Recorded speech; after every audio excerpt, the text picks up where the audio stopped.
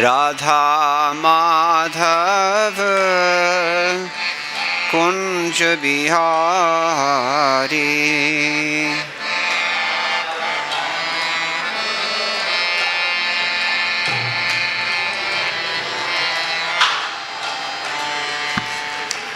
राधा माधव कुंज बिहारी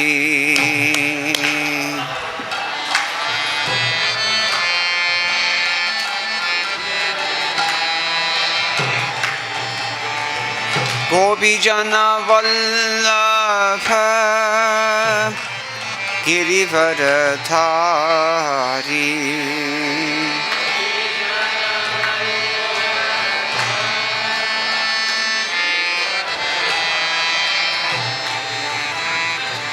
गोपीजन वल्लभ गिरिवरधारी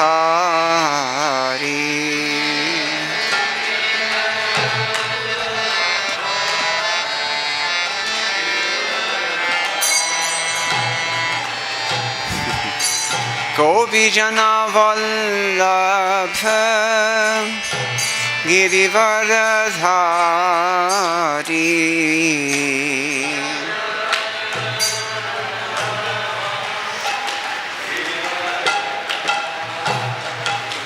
जय राधा माधव कुंज बिहारी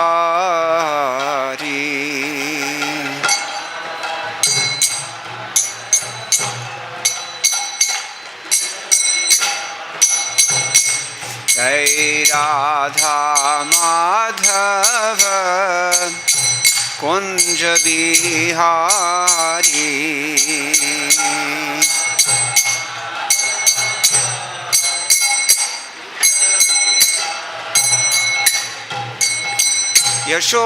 यशोदानंदन व्रज जनरंजना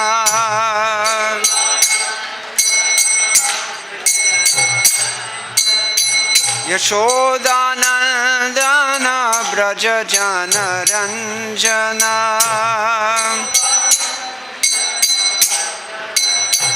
जमुना तीर वनचारी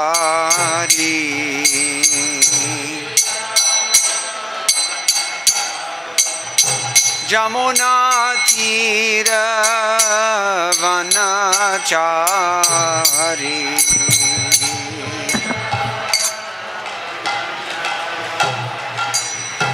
जय राधा माधव कुंज बिहारी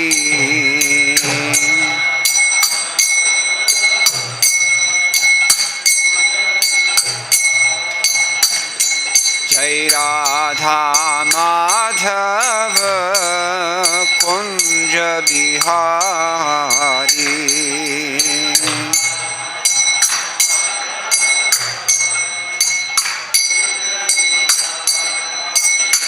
जय राधा माधव कुंज बिहारी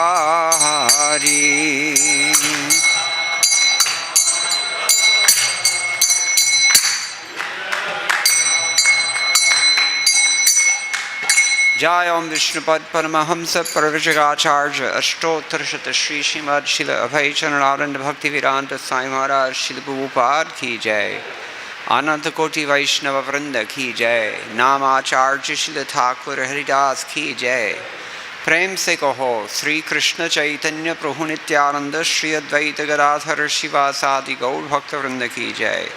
श्री श्री राधा कृष्ण गोप गोपीनाथ श्याम कुंद राधा कुंद गिरि गोवर्धन की जय। वृंदावन धाम की जय। नवद्वीप मायापुर धाम की जय। गंगा देवी की जय। यमुना माई की जय। भक्ति देवी की जय। तुलसी रानी की जय। समवेत भक्त वृंद की जय। श्री हरिनाम संकीर्तन की जय। ग्रंथराज श्रीमद्भागवतम की जय। इस्कॉन बीबीथी संस्थापक आचार्य श्री प्रभुपाद की जय। गौ प्रेमानंदे। All glory Sri Samul devotees. All glory Sri Samul devotees. All glory to the assembled devotees. All glories to Sri Sri Guru and Gauranga. Jai Shri Prabhupada.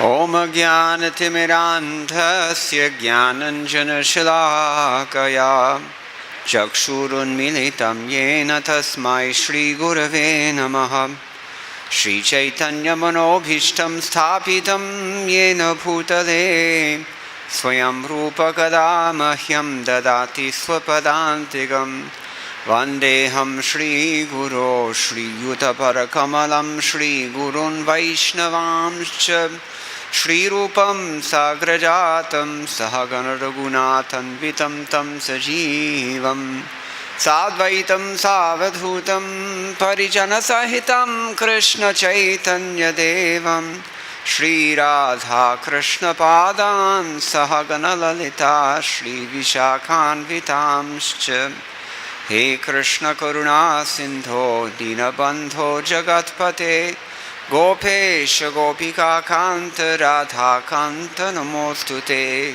Tapta Kanchana Gaurangi Radhe Vrindavaneshwari Rishabhanusute Devi Pranamami Hare Priye Vancha Kalpatarubhyascha Kripa Sindhubhya Evacha Patitanam Pavanebhyo Vaishnavebhyo Namo Namaha Jaya Shri Krishna Chaitanya Prabhu Nityananda Shri Advaita Gadadhara Shivasadi Gaur Bhakta Vrinda Hare Krishna Krishna Krishna Hare Hare Hare Rama Rama Rama Hare Hare Margavira Vigopala Svikurjat Kripaya Yadi Tadaiva Sampayah Pitva Hrishayustat Priyajanaha.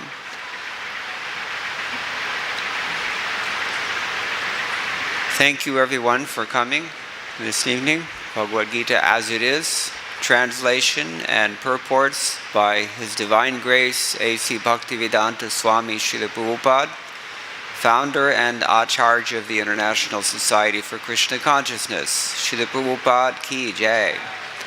Tonight we're going to discuss one of the most famous verses in Bhagavad Gita, which you've already seen on the board behind me. Text 9 of chapter 4. Chapter 4 is entitled Transcendental Knowledge.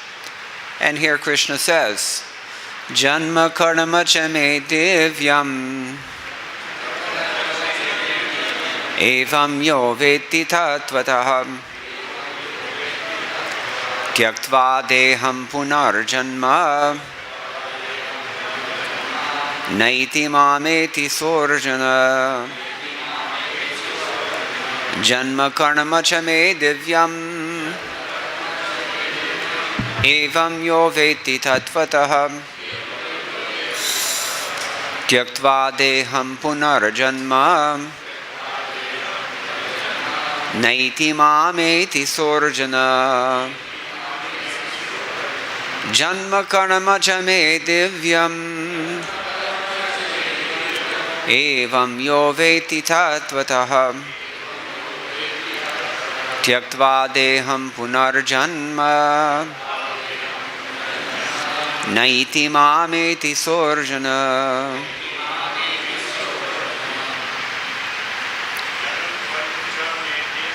Janma karma cha me divyam evam yo vetti tattvataḥ tyaktvā deham punar janma naiti mameti rjuna janma karma cha me divyam yo vetti tattvataḥ tyaktvā deham punar janma naiti mameti rjuna janma karma cha me divyam evam yo vetti tattvataḥ tyaktvā deham punar janma naiti mameti rjuna janma karma cha me divyam evam yo vetti tattvataḥ tadeham punar janma naiti mameti rjuna janma karma cha me divyam evam yo vetti tattvataḥ tyaktvā deham punar janma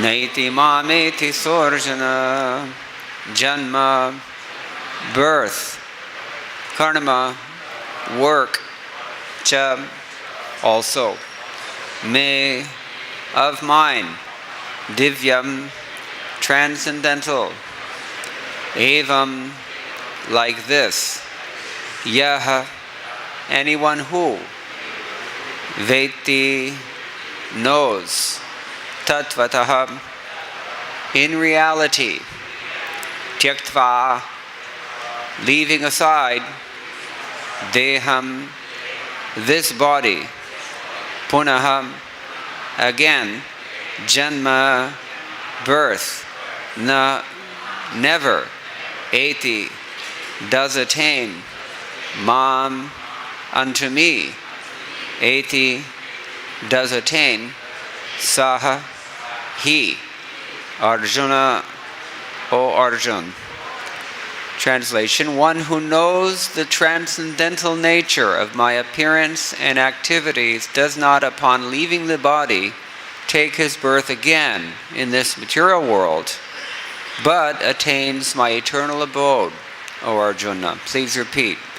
One who knows the transcendental nature of my appearance and activities does not, upon leaving the body, take his birth again in this material world, but attains my eternal abode, O Arjuna.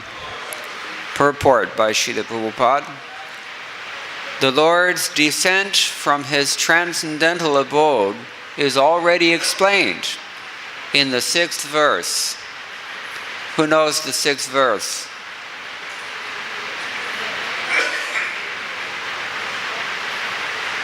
Ajopi sanavyayatma bhutanam ishvaropi san prakritim samatishthaya sambhavami atma mayayam. 3 verses ago.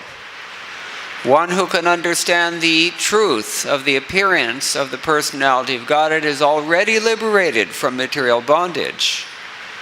And therefore he returns to the kingdom of God immediately after quitting the present material body. Such liberation of the living entity from material bondage is not at all easy. The impersonalists and the yogis attain liberation only after much trouble and many, many births. Even then, the liberation they achieve, merging into the impersonal brahma-jyotir of the Lord, is only partial, and there is the risk of returning to this material world. But the devotee, simply by understanding the transcendental nature of the body and activities of the Lord, attains the abode of the Lord after ending this body and does not run the risk of returning to this material world. In the Brahma-saṁhitā 5.33, it is stated that the Lord has many, many forms and incarnations. Advaitam achyutam anadim ananta-rūpam. Although there are many transcendental forms of the Lord, they are still one and the same Supreme Personality of Godhead. One has to understand this fact with conviction, although it's incomprehensible to mundane scholars and empiric philosophers. As stated in the Vedas, Puruṣa-bodhinī Upaniṣad, Eko devo nitya lila nurakto bhakta vyapi hridyantaratma.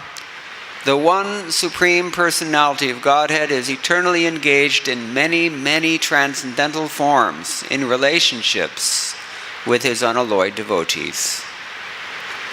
This Vedic version is confirmed in this verse of the Gita personally by the Lord. He who accepts this truth on the strength of the authority of the Vedas and of the Supreme Personality of Godhead, and who does not waste time in philosophical speculations, attains the highest perfectional stage of liberation. Simply by accepting this truth on faith, one can, without a doubt, attain liberation. The Vedic version, tattvam asi, is actually applied in this case. Anyone who understands Lord Krishna to be the Supreme, or who says unto the Lord, "You are the same Supreme Brahman, the Personality of Godhead," is certainly liberated instantly. And consequently, his entrance into the transcendental association of the Lord is guaranteed. In other words, such a faithful devotee of the Lord attains perfection. And this is confirmed by the following Vedic assertion. Tameva vididvati mrityumeti nanya pantha vidyate yanaya. That's from the Shvetashvatara Upanishad, chapter 3.8. One can attain the perfect stage of liberation from birth and death simply by knowing the Lord, the Personality of Godhead, and there is no other way to achieve this perfection. That there is no alternative means that anyone who does not understand Lord Krishna as the Supreme Personality of Godhead is surely in the mode of ignorance. And consequently, he will not attain salvation simply, so to speak, by licking the outer surface of the bottle of honey, or by interpreting the Bhagavad Gita according to mundane scholarship. Such empiric philosophers may assume very important roles in the material world, but they're not necessarily eligible for liberation. Such puffed up, mundane scholars have to wait for the causeless mercy of the devotee of the Lord. One should therefore cultivate Krishna consciousness with faith and knowledge, and in this way attain perfection.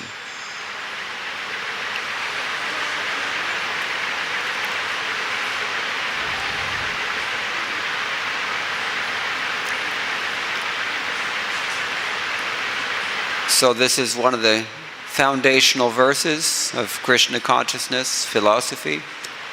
And we have, fortunately, many centuries, about 1,000 years of realizations given to us by our predecessor acharyas, beginning with Ramanujacharya.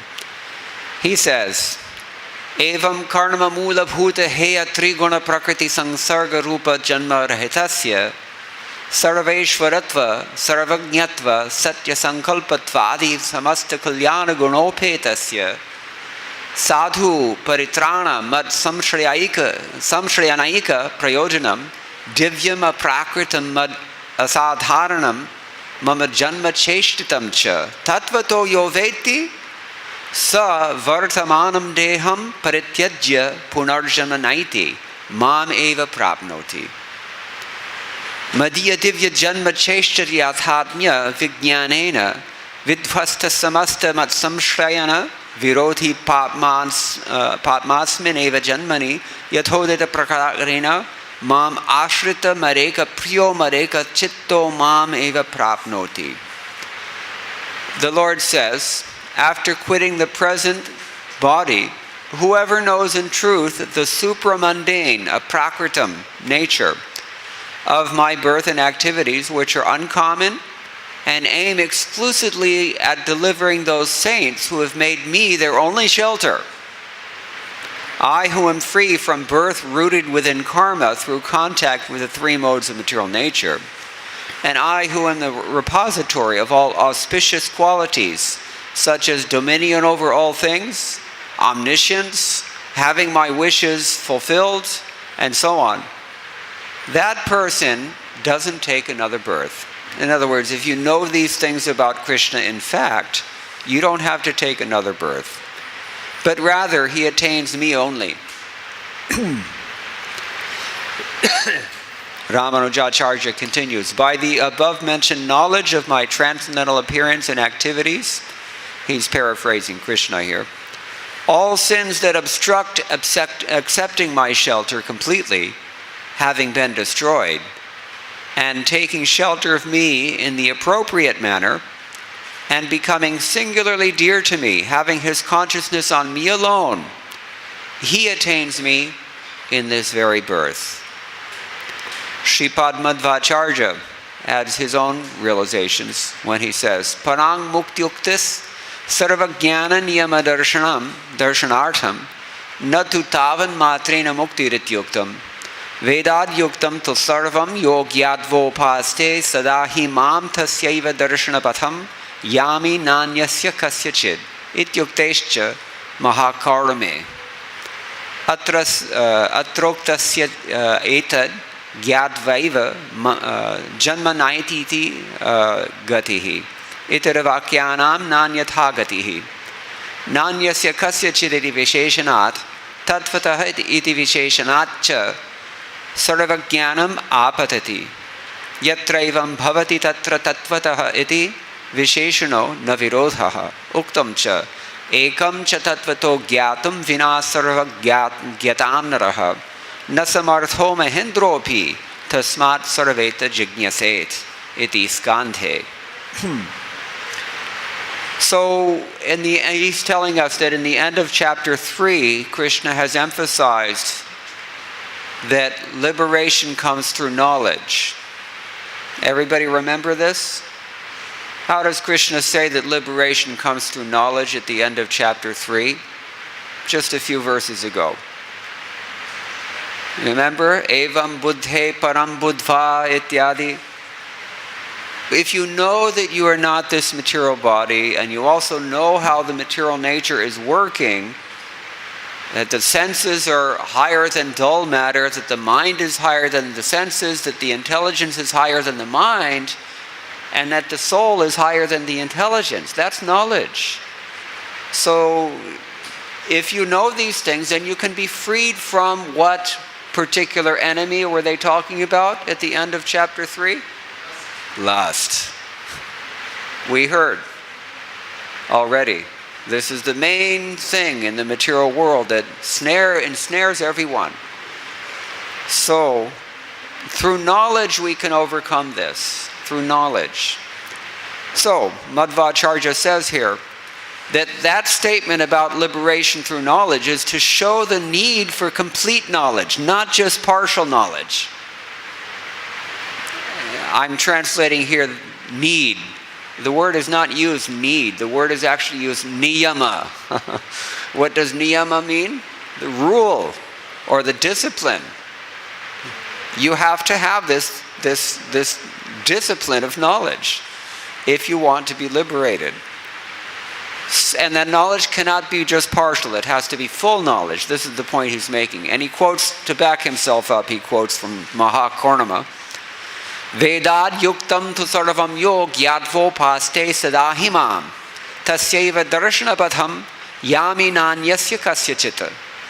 If one knows all that is from the Vedas and always focuses on me, I become visible only to him and no one else. You have to know everything to know Krishna. That's what it means to know Krishna. We'll return to this in a moment. So here, it's stated that just by knowing the Lord's birth and actions, one doesn't return for another birth.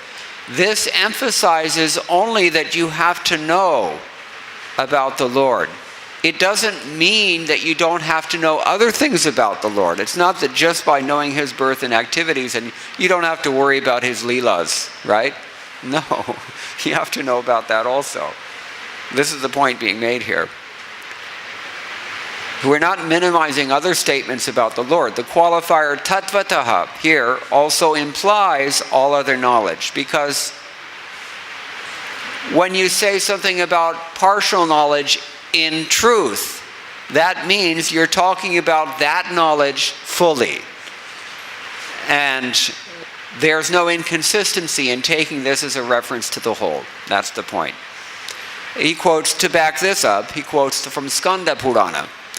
Ekam cha tattvato gyatam vina sarvagyatam naraha na samartho mahendropi tasmat sarvatrik jignaset. That means without knowing about something's full ramifications, you're unable to know fully even a partial truth. You can't even know a little bit fully unless you know about how it fits into the big picture. This is what he's saying. Or this is what the Skanda Purana says, rather. So even if you're Indra, this is the way things are. You have to know what's happening. Therefore, tasmat sarvatra jignaset. A person should always and in every way seek to learn more. We don't know how little we know. This is our problem. And we know that Krishna says in Bhagavad Gita that somebody who actually knows me, he will surrender. If we're not surrendered, that means we don't know Krishna. But we don't even know that we don't know Krishna. We think we know everything. This is the problem. Especially, I'm sorry to say, my friends, here in India. This is the disease. Prabhupada said. I'm just repeating. The Americans have their own disease. Since I'm an American, I can say this. What's the American disease? Anybody remember? American disease? What did Prabhupada say? The American disease is that you want to change everything. You want to make it new and improved. This is the American disease.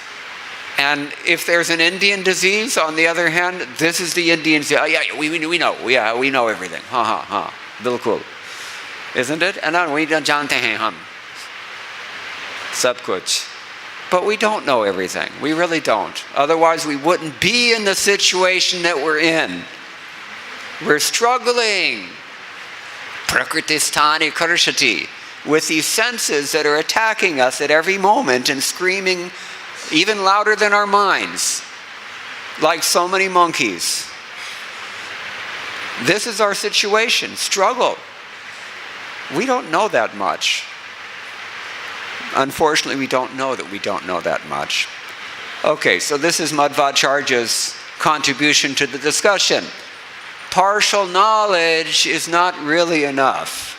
And partial knowledge is not what Krishna is talking about when he says tattvataḥ. To know me in truth means to know me in full. Asamshayam samagram mam yatha jnasasi tatshrino. Have we heard this elsewhere? Yes, we have. We'll get there later in chapter 7. Samagram. You have to know me in full, Krishna says. Sridhar Swami. Evam vidhanam ishvara janma karmanam jnane phalam aha janma karmeti. In this verse, he's explaining to us what is the result of being situated in knowledge of the Lord's appearance and activities. Me janma swechha kritam karmacha dharma ananta-rūpam divyam alaukikam tattvataḥ paranugrahartham eveti yo vetti sa dehabhimanam tyaktvā punar janma naiti na prapnoti kintu mam eva prapnoti. Very simply put, my birth is brought about, Krishna speaking, my birth is brought about only by my own wish. Did you choose your birth? Did you sign up for the family that you got? No. We are forced into the situation that we're in right now. It may not be the best one also. Or even if it is the best one, it's not going to last. You need to know this. Because nothing does last here. But the point is that we're not in charge. And here Krishna is saying, Me janma swechha kritam. I made my own birth by my own unfettered desire. Moreover, karma cha dharma palanam rūpam divyam alaukikam. My transcendental engagement is it takes the form of protecting dharma. That's what I do. We've already heard this in the immediate preceding verses. Right? Yada yada hi dharmasya ityadi. Paritranaya sadhunam ityadi. So, these things are transcendental. Divyam, alaukikam. Tattvataḥ. If you know this in truth, and what truth should you know here? He specifies, paranugrahartham. If you know that all this that I'm doing is only for the purpose of showing mercy to others, how soft-hearted we have this Krishna, how loving he is. He goes through so much trouble just to show mercy to us. This thing we should know, according to Sridhar Swami. If we know this much about the Lord's transcendental activities, then we can also become liberated. So, one who actually knows that this is only for the purpose of extending mercy to others, he gives up the bodily conception, dehabhimanam tyaktvā. And he doesn't take birth again. Rather, he gets only me. Mameva prapnoti. Very simple, to the point. As usual, Vishwanath Chakravarti Thakur, I'm not going to recite the Sanskrit because it's very lengthy. The later we go in time, the longer the commentaries get. What does that tell you? It tells you that we're getting more and more dumb, that more and more has to be explained to us. And Prabhupada's commentaries are generally the longest of all. So anyway, Vishwanath Chakravarti Thakur, he says, you'll be successful just by knowing in truth about my birth as previously described, and after knowing my birth, my activities. That's what he expresses in this verse. And then he, very kindly, he summarizes all the predecessor acharyas, excuse me, some of which we have already discussed. Ramanujacharya and Madhusudan Saraswati, another commentator, they say that divya means non-material or spiritual. Sridhar Swami says divya means uncommon, alaukikam. And this means that it's not related to the material world. If it's not related to the material world, then what is it? It's spiritual. It has to be. This is logic is what Jiva Goswami calls anyathanopapatti. The logic that there cannot be another explanation. If it's not material, then by definition it has to be spiritual. So the Lord's activities are spiritual. Being spiritual, they're beyond the gunas, and that means that the Lord's birth and activities are eternal.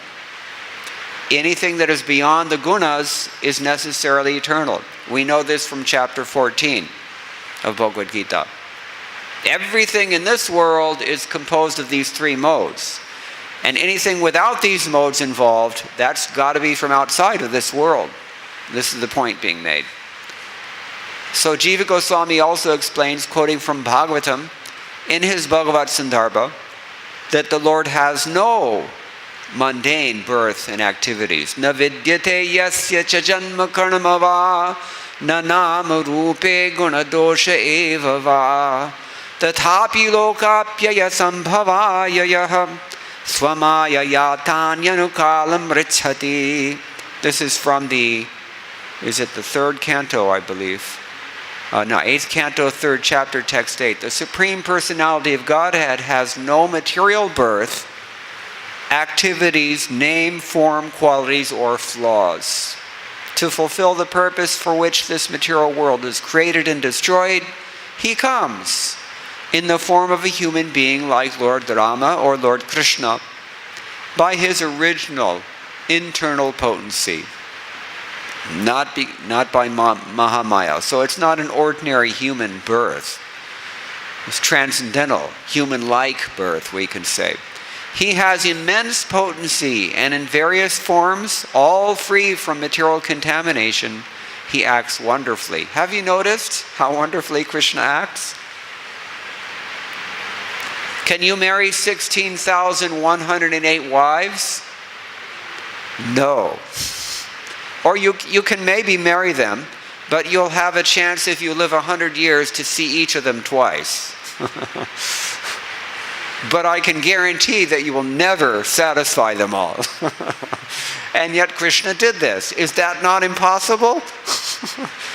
It's practically impossible to keep one wife happy in this world. So this is an example of Krishna acting wonderfully.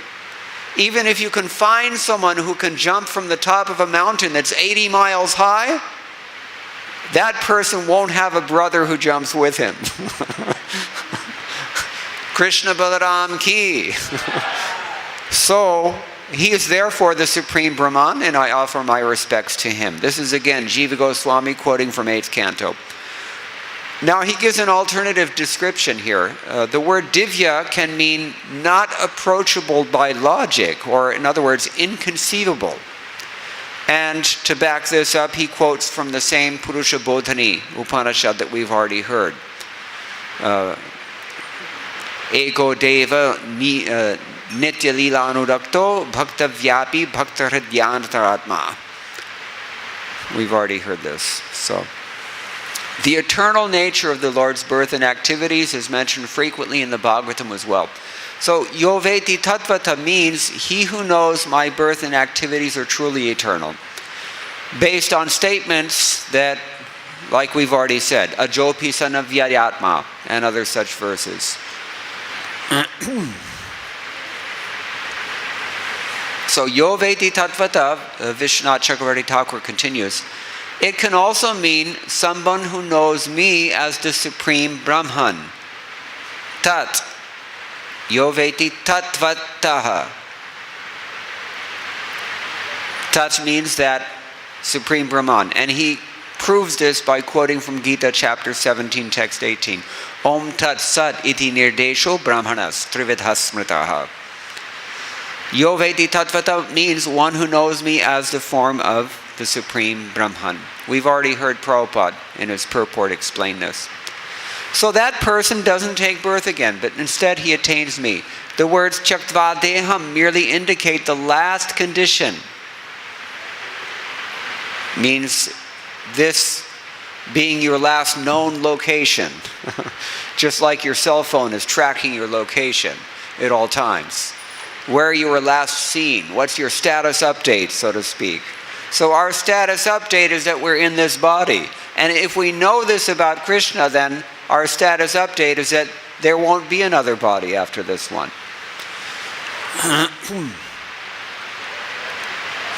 So after giving up this body, we attain Krishna. And Vishwanath Chakravarti Thakur says, in fact, even before giving up this body, you already are liberated.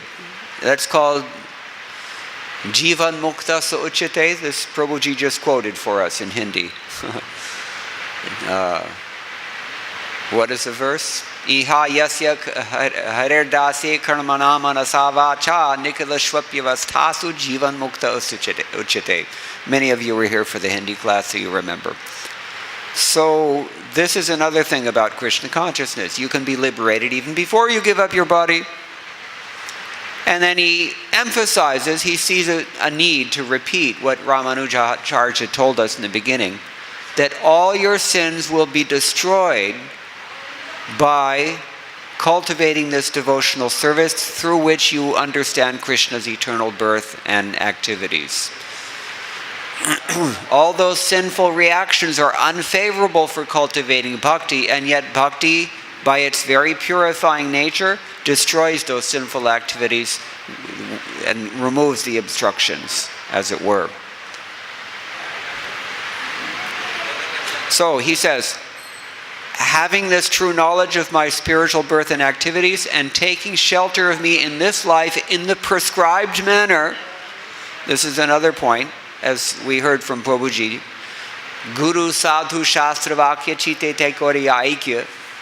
In this manner, we have to engage in devotional service under the guidance of Shastra, sadhus, and the spiritual master. Then, if we hold Krishna alone as dear to him, and we're thinking constantly of him, these are 4 conditions. You have to think constantly of Krishna. You have to make yourself dear to Krishna.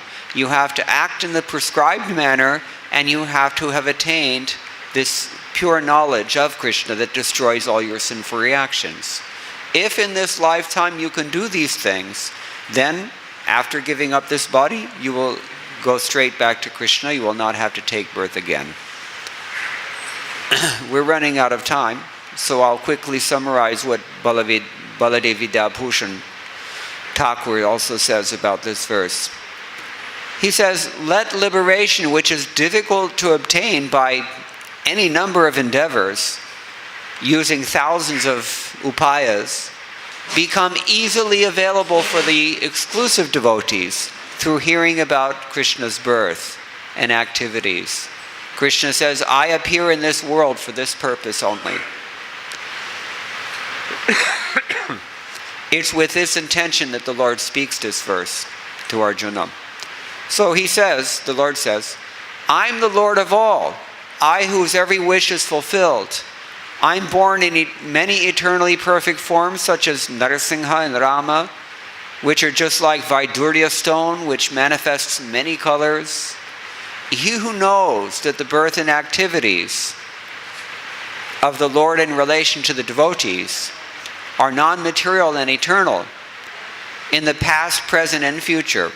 And he who knows by statements such as what we've heard already from the Upanishads, Eko Devo Nitya Lila Anurakto Ityadi, and has firm faith that Krishna's birth and activities are spiritual, and is indifferent to material logic. Material logic, that's something that Prabhupada is attacking in his purport, if you recall. So if we know these things, then giving up this body, we don't have to take another material birth. Instead, we attain Krishna. And we possess attractive activities relating to Krishna, according to the form that we worship. This is a liberation for the devotees. And then he repeats here, tattvataḥ vetti, he repeats, can mean that we understand that Krishna himself is the Supreme Brahman. One poet, his name is Raghupati Upadhyaya, Tiruhitiya poet. He was from Mithila. And he said, Shrutamapare smrtamatere bharatamanye bhajantu bhavavitaha ahamehanandam vande yasyalande param brahma. What does that mean? Some people are very strictly following only the Shrutis, like Arya Samaj.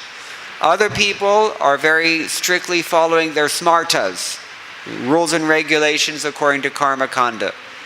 And other persons are absorbed in Mahabharata seeking liberation because they're afraid of material existence. But he says, as far as I'm concerned, I worship Nanda Maharaj. Why? Because in Nanda Maharaj's courtyard, the Supreme Brahman is crawling and playing. Param Brahma. So if we understand that Krishna is that Supreme Brahman, then we're liberated. It's automatic. And then again he quotes same verse from Shvetashvatara Upanishad. Knowing him one surpasses death. There is no other path to traverse in this life. If you want to transcend death, that is. So the rest of the verse is the same as the predecessor acharyas have all said. The logical arguments in support of the eternal nature of the Lord's birth, form, and activities have been discussed elaborately, not only in the commentaries that we've just summarized, but elsewhere in the Bhagavatam and even in Bhagavad Gita. So those sources, they can all be consulted. This is what Baladevidabhushan contributes to today's discussion. Now, some of the salient points in Srila Prabhupada's own purport here. First of all, he says, one who can understand the truth of the appearance of the Lord and the Lord's activities, that person returns to the kingdom of God immediately after quitting this material body. That's a pretty hopeful statement, isn't it? This life. But Prabhupada then goes on to say that this kind of liberation is not at all easy. So yes, in theory, you can do this right now, right here, before you die again. Why do you have to keep dying anyways? Nobody questions like this. Why do you keep having to amass so many assets only to have them taken away from you? You have to develop so many relationships with people in this world only to have them removed, or you will be removed, one or the other. Why? It's not a good deal. People should question this, but no one does. So to be liberated from this world is not so easy.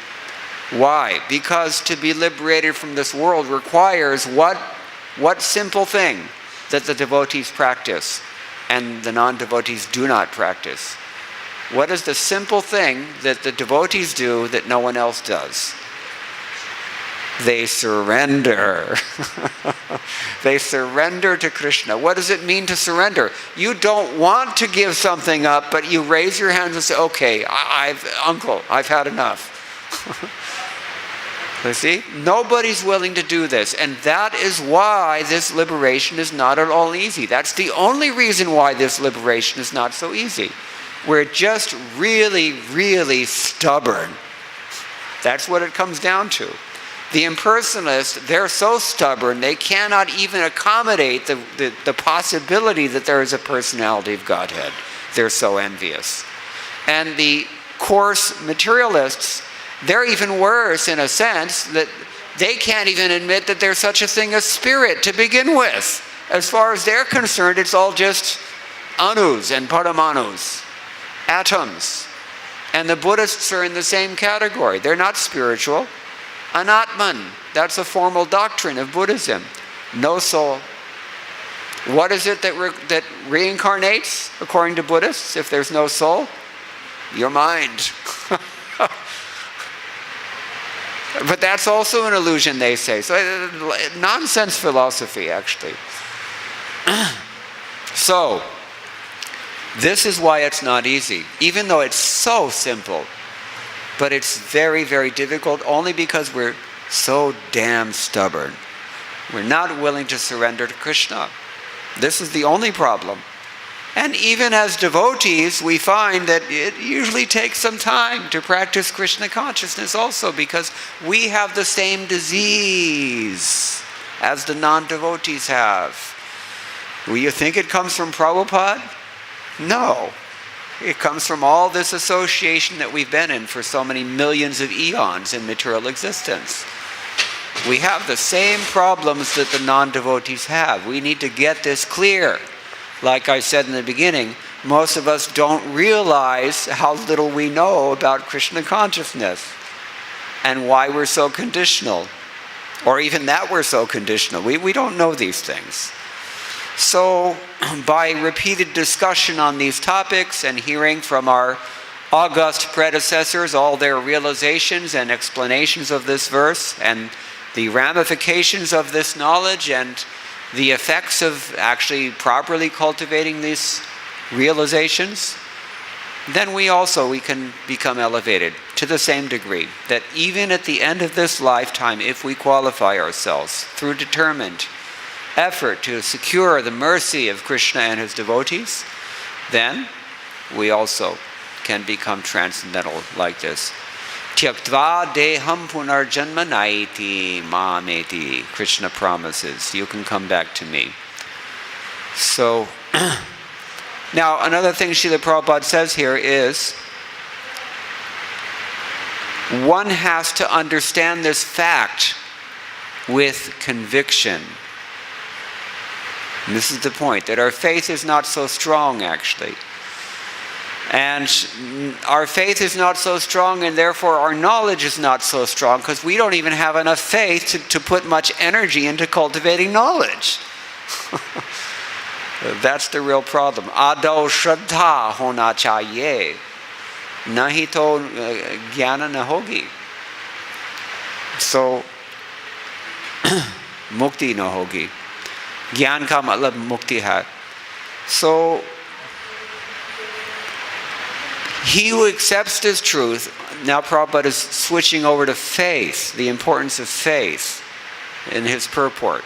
This is kind of a subtle waft coming through his purport. He says, if you can accept this truth on the strength of the authority of the Vedas, just on the faith in the Vedas, if you can accept these truths, and if you're not going to waste your time in pseudo-devotional philosophical speculation, which is not very far removed from what the mundaners are doing, then, simply by accepting this truth on faith, one can without a doubt attain liberation.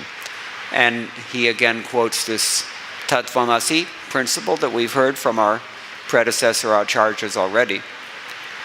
And then Prabhupada says, regarding Shvetashvatara Upanishad, Nanya pantha vidyate yanaya. That means there's no other way. People don't like to hear this nowadays. They like to hear that, yeah, whatever you do, it's cool. Whatever I do, it's also cool. You're okay, I'm okay, everything's good, all good.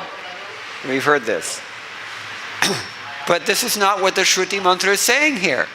The Shruti mantra tells us, Nanya pantha vidyate yanaya. There is no other way to achieve perfection than to have this realization that the Lord and His birth and His actions are all transcendental. Fully to have this realization, tattvataḥ, as we've discussed.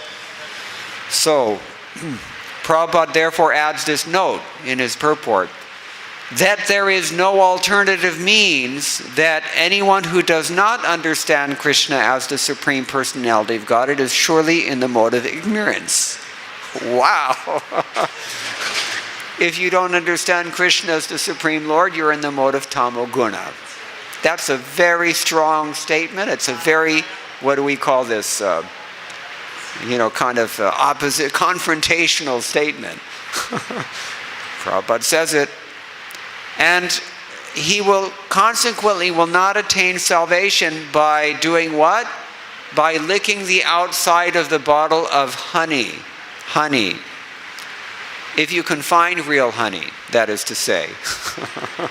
Mostly you cannot get real honey nowadays. It's not really honey. Like we were hearing this morning very nicely. Everything is fake in the modern world. Sab kuch is fake. Everything fake. Very nicely he described. So, but what does it mean to lick the bottle of honey? You're not willing to open the jar and taste it. That's all. You're not willing to actually surrender and get the immediate realization that comes when anyone does surrender. You're not willing to do it. Period. It's so simple. And it's proven. It's not just this, confrontational accusation that Prabhupada is making of those who don't belong to his religion. It is a scientific statement. These people are not doing what Krishna says to do, and therefore they don't understand Krishna. These other people, they're doing what Krishna says to do, and therefore they're realizing Krishna. If you get up early in the morning, if you attend the Mangalarati, if you chant 16 rounds, if you take only Krishna Prasadam and read Prabhupada's books and engage in service, you get realizations. And those realizations do not come to persons who don't do these things. It is a scientific process only. So, when Prabhupada talks about licking the outer surface of the bottle of honey, that's what he means. You're trying to look at devotional service from the outside rather than experiencing it subjectively through surrender. This is the problem we've already described, why we don't get the immediate result. But we also do the same thing. And then, of course, as usual, Prabhupada is attacking the mundane scholars. And he says, people with this empirical attitude, sometimes they're even initiated, believe it or not, they may play important roles in the material world or in the academy, but they're not necessarily eligible for liberation. This we have to admit, frankly, and Prabhupada does admit it frankly, because he's thinking of our benefit. He's not looking for disciples. He's looking for the honest persons who can actually derive benefit from hearing in Guru Parampara. So such puffed up mundane scholars have to wait for the causeless mercy of the devotee. because the Lord is not going to reciprocate. Yayatha mam prapadyante tastattheva bhajami aham. Ityadi. Krishna says, as they surrender to me, I will reciprocate. If they don't surrender, then no, I don't reciprocate, period. That we've been discussing. And so, what is the hope for such persons? The hope is you. The hope is the devotees. Devotees who take the trouble to go out and distribute books to people who don't necessarily even want them. The hope is in the devotees who have enough compassion to interfere in someone else's life, knowing very well that this is a very short window of opportunity to catch this person before he disappears forever in the unlimited scope of species that are available to us after we blow it as human beings. So the devotees go out of their way, like Prahlad Maharaj, and Narad Muni, and Srila Prabhupada, so many who do this.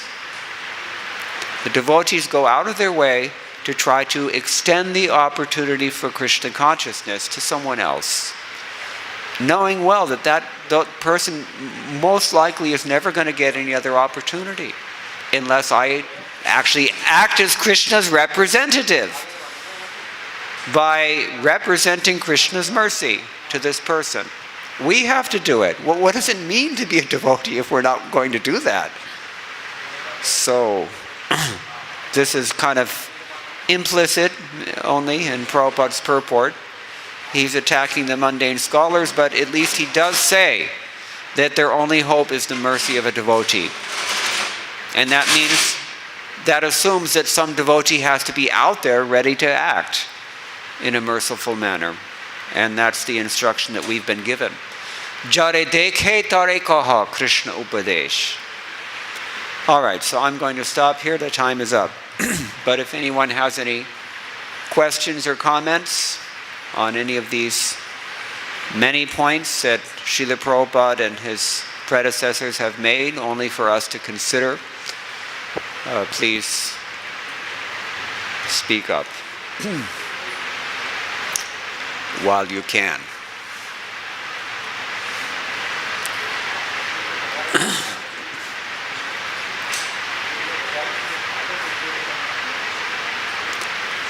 Otherwise, then we'll stop here. Thank you all very much. All glories to Srila Prabhupada.